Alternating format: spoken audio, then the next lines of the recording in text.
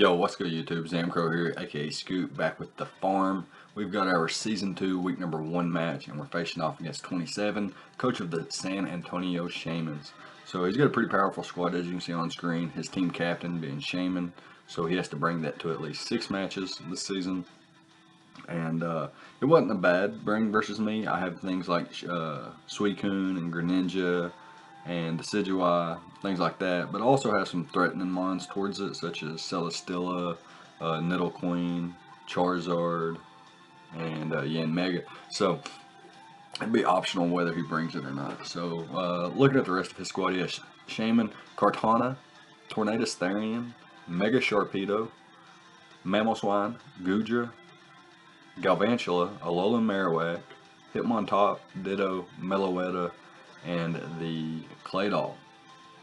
So, that being said, we got a pretty scary squad ourselves. Mega Alakazam being our team captain, Celesteela, Hydreigon, Nidoqueen, Greninja, Comfey, Suicune, Decidueye, Oricorio, all forms, Mega Charizard X, and Yanmega. So, like I mentioned in our draft analysis, we do have 2 Megas. And we have to bring Mega Alakazam to at least 6 of our 12 matches.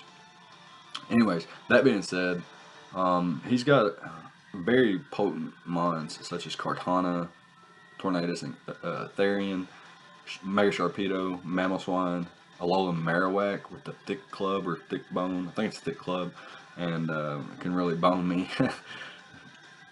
So yeah, pretty threatening squad, and we've built a team to try to combat his the best we can. And so started off with noticing how much trouble my opponent is given by a Charizard. So I wanted to build my team to where a Charizard could put in the work. I didn't necessarily want a Dragon Dancing Charizard or anything like that. I would prefer not to potentially set up with my own Zard only to be what's the word, impostered by the Ditto and then be swept by his Ditto, you know, copying my Charizard. I would prefer that to not happen. So hopefully we can avoid that, and the first precaution or measure that I took to avoid that was the fact that I did not bring Dragon Dance on my Charizard. Instead we brought a sub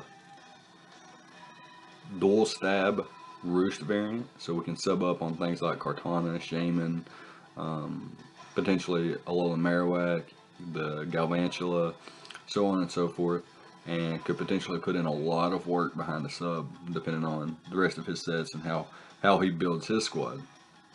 So we are a very, very fat Charizard as well. We got enough speed to outpace, I believe, Goodra and Mamoswine, and then, you know, the rest, speed time with Shaymin isn't worth it, and then trying and being anywhere near max speed isn't worth it either.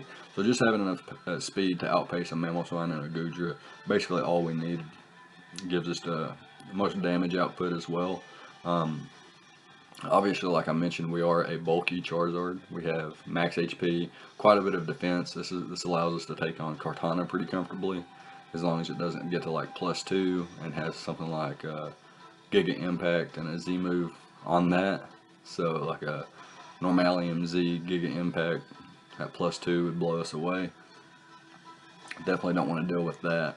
But yeah, the team was designed sort of so that Charizard can put in the most work possible. So let's talk about the entire squad now. Starting off with Celesteela, we'll go in order from left to right. Celesteela, we have our boy Management here with the Beast Boost. We got a relaxed nature, mixed defense, kind of can take on things like Tornadus and Mamoswine. We obviously don't want to take Heat Waves from Tornadus if we can avoid it, but if we have to, we can take one after Stealth Rocks. If we land a Leech Seed or we still have a leftovers intact, and with Protect we can avoid 2-hit KOs from Heat Wave, and we can avoid 2-hit KOs from Banded Icicle Crash from Mamoswine. Kartana doesn't do much to us either, outside of getting rid of our leftovers, which would be terrible for us. We don't want to lose that. We have Flamethrower on there, hits the Shaymin, the Kartana, It hits Galvantula upon switch in. Heavy Slam hits basically everything else for at least neutral damage outside of Sharpedo and the Marowak, both of which resist both of my attacks. But if I can land a lead seat on those, click Protect, hard switch into Suicune, I should be in a decent, not too bad of a position.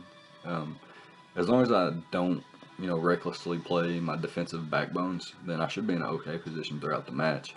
Not to say that I have the advantage matchup, despite feeling that my squad is very, very powerful. It's got all the offensive weapons you need, it's got all the defensive backbone you need, so on and so forth.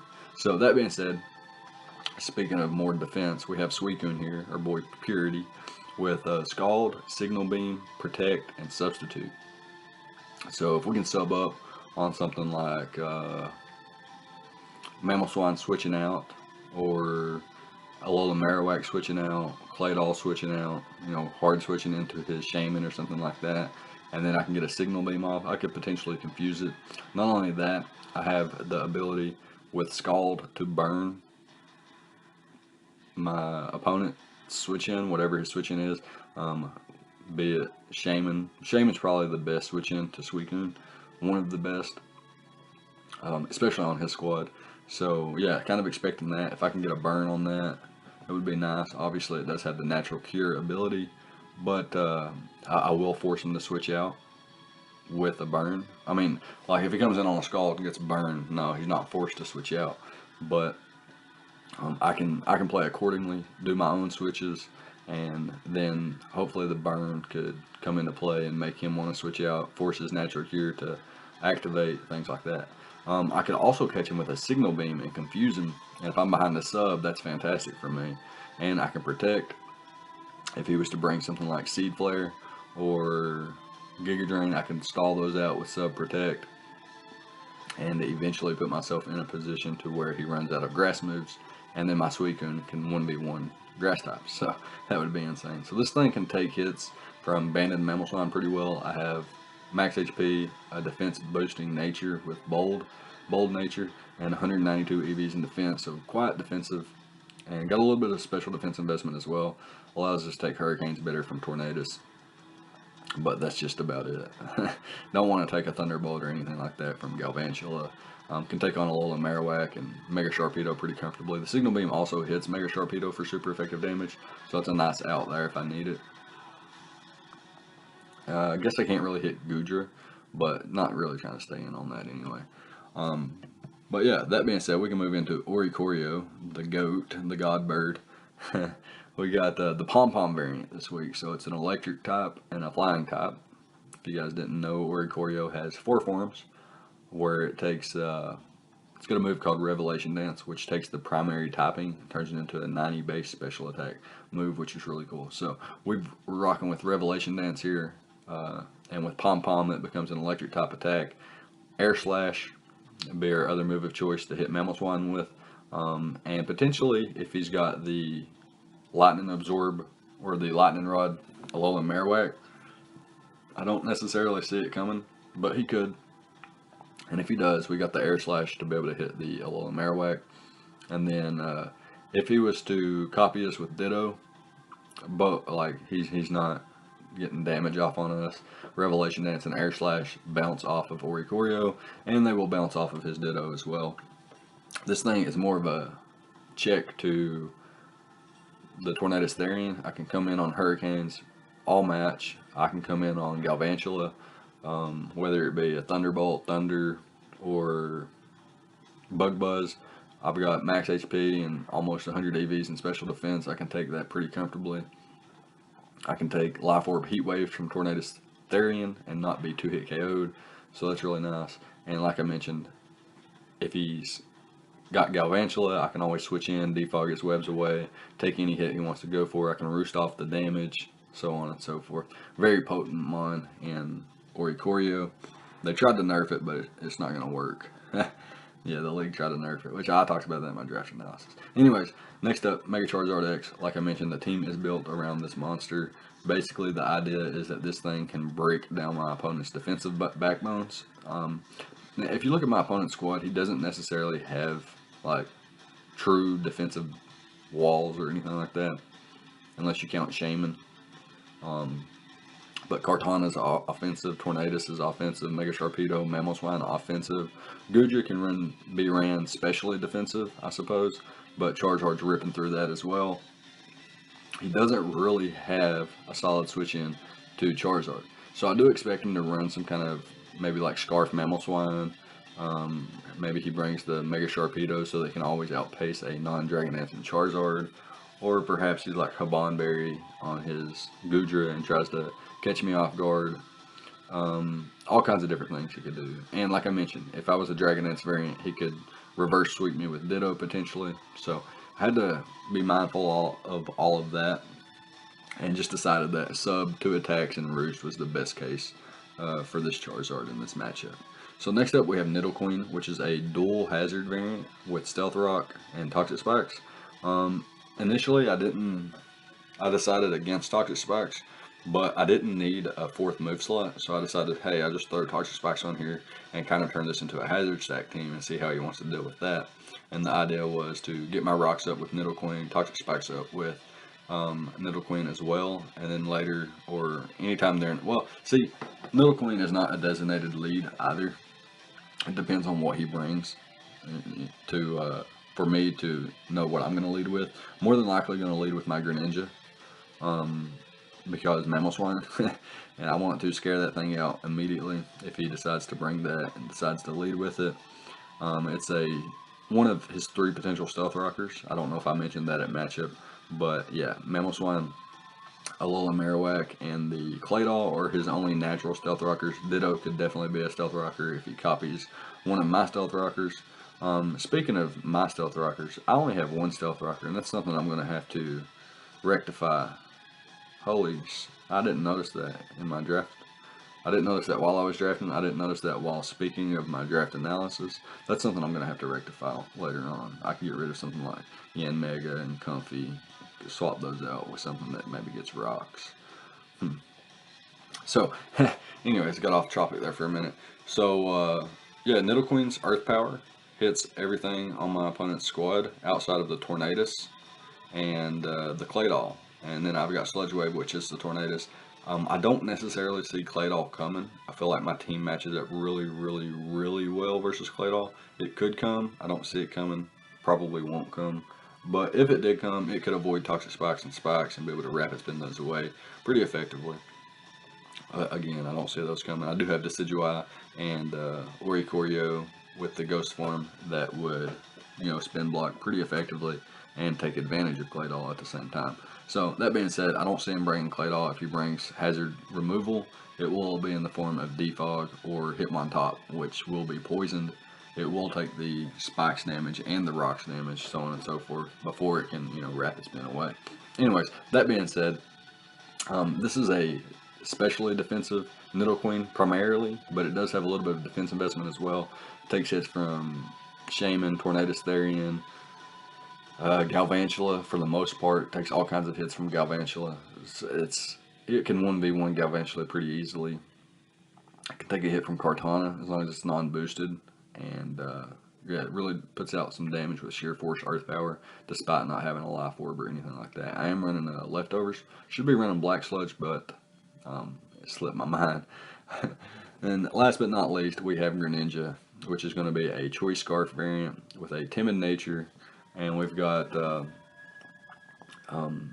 max special attack, so that Surf and Ice Beam, our 2 attacking moves, do the most damage possible. And we've got U-Turn, basically U-Turn around on his squad until we put ourselves in a position to sweep with Surf or Ice Beam, or just continuously U-Turn out and grab momentum and go into things like Charizard. Say he brings his Shaman in on my Greninja, I go into my Zard and I click Flare Blitz and something takes a chunk of damage. I'm telling you, a chunk of damage. And then basically the idea is to weaken his entire squad so that everything is in range of Surf or Ice Beam from my Greninja, which is a Choice Scarf variant and will outpace everything on his squad, bar, Choice Scarf, Tornadus, Therian, or something. But yeah, it's going to be it for the squad.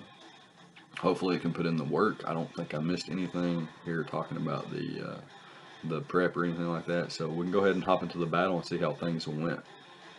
Alright guys, so here we are with the replay, and my opponent, Bunny Blaze, or 27, coach of the San Antonio Shaymins, decides to bring the Alola Marowak, Gudra, Hitmontop, Shaymin, Tornadus Therian, and his Mammal Swine. So very powerful squad here. Didn't really expect the Hitmontop, but I guess some sort of hazard removal outside of relying on Defog Tornadus. I guess it opens up Tornadus' move slots as well. Gives them options for Hurricane, Heat Wave for Celesteela, and then like Taunt or U-turn potentially. Lots of different things he could go for. And yeah, I guess Hitmontop or Claydol even could definitely have taken a lot of pressure off Tornadus Therian. So that being said, looking at potential leads, he has Alola Marowak and Mamoswine, both of which can get up Stealth Rocks, but they don't necessarily appreciate me leading with something like Greninja or Suicune. So Greninja is going to be my designated lead because it forces out Alola Marowak and Mamoswine if he does decide to lead with those, and if he doesn't, then I can just U-turn out and scout, you know, what his lead was and what he's actually going to go for. So I'm going to do that. I'm going to lead off with Greninja here, and he leads off with his Gudra. So, U-turn is definitely my play. Ice Beam will bounce off this bad boy, and he could potentially drop me with a Thunderbolt or Thunder Punch or Outrage, or all kinds of weird things that Gudra does. Power Whip even. So what I'm going to do is just U-turn out, and he reveals the GUI ability. So what that does, if you guys don't know, is if you touch Gudra, your speed is lowered by 1 stage. So that's super valuable information for me, because what that means is I can go straight in my Celesteela and throw off a Leech Seed, and nothing's going to want to come in and take that Leech Seed outside of Shaymin. And Shaymin doesn't naturally match up well against Celesteela anyway, so it's not too big of an issue to me. So yeah, I can just throw off a Leech Seed here as he goes for the Power Whip. Does 6% to Celesteela, and he reveals Fire Punch, and it does less than 30, but my opponent gets the burn, and I miss my Leech Seed. So that's a little bit unfortunate. The burn was the most unfortunate, obviously, but the Leech Seed missing sucked as well. But I'm just going to go for it again here as my opponent pulls a switch out into the Alola Marowak. So now I can go into Suicune, I can go into Zard. I'm going to go into my Suicune though, see what he wants to go for here. He could potentially get up his Stealth Rocks, which he does decide to do. A little bit unfortunate for me. I don't want to deal with those. And yeah, my opponent's going to pull I'll pull a double out into Oricorio as my opponent switches out into Gudra. I don't know if I was necessarily expecting Gudra. I was more so expecting Shaymin, but Gudra's fine as well too. It does allow me to defog, but my opponent takes advantage of that and goes for the Outrage. Does a hefty chunk. I am able to roost it off though. He does one more Outrage. I'm going to roost it up once again. Eventually he's going to get confused, and he's going to have to risk the confusion as I can just keep roosting up, and I'm basically not losing too much health. Basically getting back up to that 80-85% range. I'm able to get back up to 88% there, and he brings in his Mamoswine and makes a huge prediction here. This man made a turn 10 prediction. I mean, I guess it's better than a turn 1 prediction. He's kind of got a feel on how I play, but he doesn't know 100% yet. So, and throwing off an Earthquake there was extremely risky in my opinion. Had I went to Celesteela, it would have been immune. He would have got no damage. This 48% he gets on Suicune is huge. So yeah, nice prediction there, man. But Suicune eats, and I go for the Scald there as he pulls a switch out into his Tornadus. And like I mentioned, I can switch into Tornadus' Hurricanes all day with my Oricorio here, but my man's going to reveal U-turn, and he reveals Life Orb as well. So that's really nice for me as I miss my Air Slash. So I got burned and missed a Leech Seed and missed an Air Slash, all within 13 turns, and nothing close to being relatively influential has happened to my opponent yet. So this is how Pokemon goes sometimes. Anyways, I go back into Suicune here. I'm not risking the man clicking Crash versus my Oricorio, and he gets a crit there as well. So just a little bit of salt in the wound at this point. My man pulls a switch into Shaymin, finally revealing the mascot as I clicked Scald there. And I pull a switch out here instead of clicking protect in case my opponent was some sort of sub or had some kind of shenanigans on his Shaman. I didn't want to deal with that. I go straight into my Oricorio, throw off a Revelation Dance as my opponent U-turns out into his Mamoswine, and now he reveals the Banded Knockoff. And without an item, I'm not in range of the second one, and I'm afforded to pull a switch into my Zard since it would have, effectively taken, or essentially taken nothing from a Banded Knockoff there. My man makes a switch here into his Goodra, and I was like, well, either this is Haban or this is game. And it reveals to be Haban, and he's able to break my sub there. I am able to go out into my Celesteela once again, though, on the Outrage. I didn't want to risk him being potentially faster than me, as my Charizard was at -1 speed. And here, I go for Protect, as my opponent could potentially be confused after one more Outrage. And he does get confused. Allows me to throw off a Leech Seed. He doesn't risk it at that point, and I don't blame him either. And at this point, he pulls a double out into his Tornadus Therian, as I just click the Heavy Slam to see what kind of damage I could get off on the Hitmontop. And now my opponent goes for the Heat Wave with Tornadus Therian. Oricorio comfortably eats that, though, and I'm back at a decent position here. If I can roost up and then sack off something like Celesteela to the Mamoswine, then I'll be in an okay position here. And that's what I'm going to do, as my opponent actually goes for Earthquake. And had I not been burned, I would have been in a decent position there to throw off a Leech Seed. So I bring in my Greninja to Revenge Kill, but predicting him to switch out, I just U-turn out, as he does bring in his Shaman, and this is going to let me have my Zard back. And he reveals Earth Power. Breaks my sub. I'm going to go for sub once more, though, and yeah, now I'm in a position to where I can actually do something. So what I should have actually did there on that turn was roosted up and let him break my sub, and then knock him out on the following turn. Unfortunately, I got a little bit, lead foot, and I had to go ahead and knock out the Goodra there to bring the score back to 5-5. I don't know, it's an ego thing. No, I really don't know. Anyways, he breaks my sub with one of the bones, and then the second one was able to put me in range of Shadow Bone, and I couldn't roost up at that range, so I went ahead and got some big damage off. I got a critical hit on the Marowak, and I just want to point out that my opponent 27 here, Bunny Blaze, he said nice crit. Like, bruh, first of all, you burned my Celesteela, you dodged a Leech Seed, and you dodged an Air Slash on Mamoswine from my Oricorio, which was huge. But you want to talk about a crit on a Alola Marowak, which is nowhere near winning this game on its own or being influential in this matchup outside of potentially getting rocks back up. I had Suicune and Greninja to always Revenge Kill that at this point, so not a big deal there. The crit on Marowak did not matter, as it was in range of Suicune's Scald anyway. So, that being said, he brings in Shaman to Revenge Kill me. I'm going to hard switch out into my Oricorio. Not a big issue here. I can start firing off Air Slashes here, get a little bit of chip damage on everything. As you can see,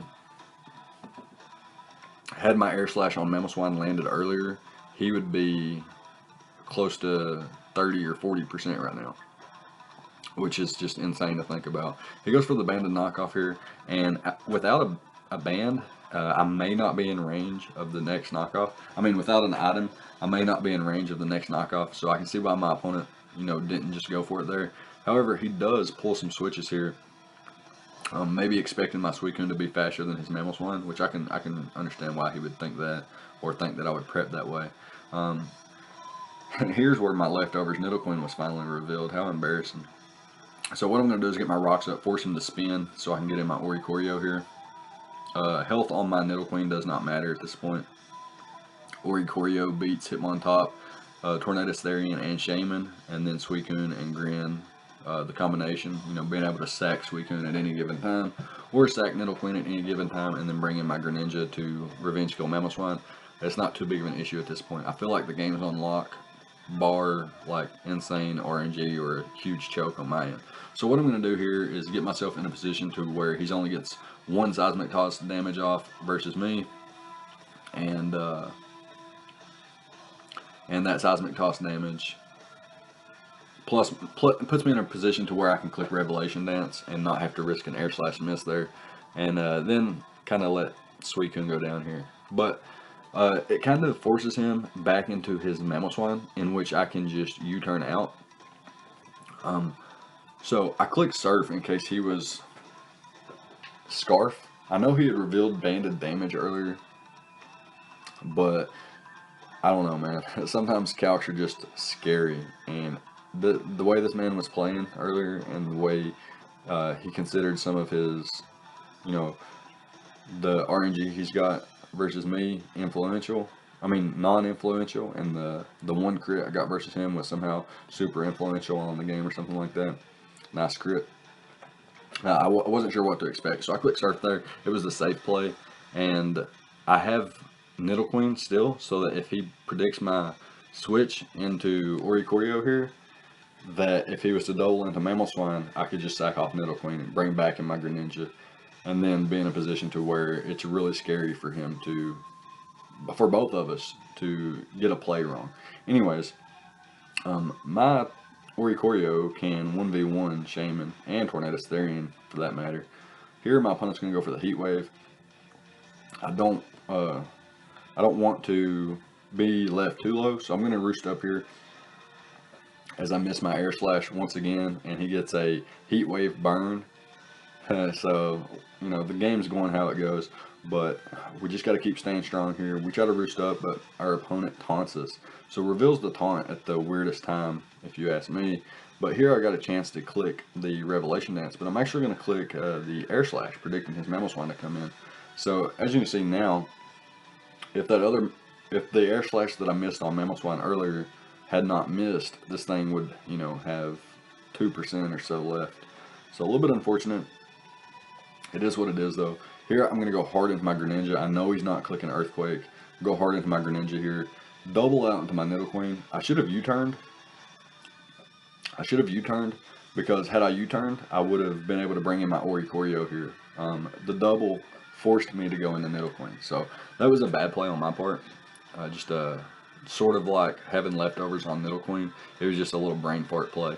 I should have definitely U-turned there and brought in Oricorio off of that, and I could have started the spam Air Slash once again, which could eventually beat down the Mammal Swine. Anyways, he brings in his Shaymin here, and I can keep I can keep Nidoqueen as a sack to Mammal Swine. So I'm just going to bring in my Oricorio immediately. I can throw off an Air Slash here, and after he gets leftovers back, he's at 55%. So bar extremely low rolls, he's in 2-hit KO range for Ice Beam, which is fantastic for me. So what I can do here is sack off my Nidoqueen, bring in my Greninja, and start spamming Ice Beam. Ice Beam is going to drop Mammal Swine from this range, and it does 31% here. He gets back up to 30%, and if we can get a 31 or 30% roll again, this game should be on lock. We knock out the Shaymin, and we knock out the Mammal Swine. We get a critical hit there, it didn't matter, and that's going to be a good game. So, good game to 27. Sorry it wasn't as clean as it could have been. I felt like I was on the lesser end. You know, I felt like I drew the short stick in terms of the RNG in this match. More so against me, but yeah, take it how you want. His Tornadus also died from a burn, you know, at the end of a turn. So I guess that kind of evens out. My Celesteela dying from the end of a turn by a burn. Bars on bars on bars. Anyways, that's going to be a good game to 27. Good luck the rest of the season, my man. Let me know what you guys thought about the prep and the plays on both sides of the field. Leave a like, comment, and subscribe, all the good stuff, and I'll see you guys next time. Thank you for watching.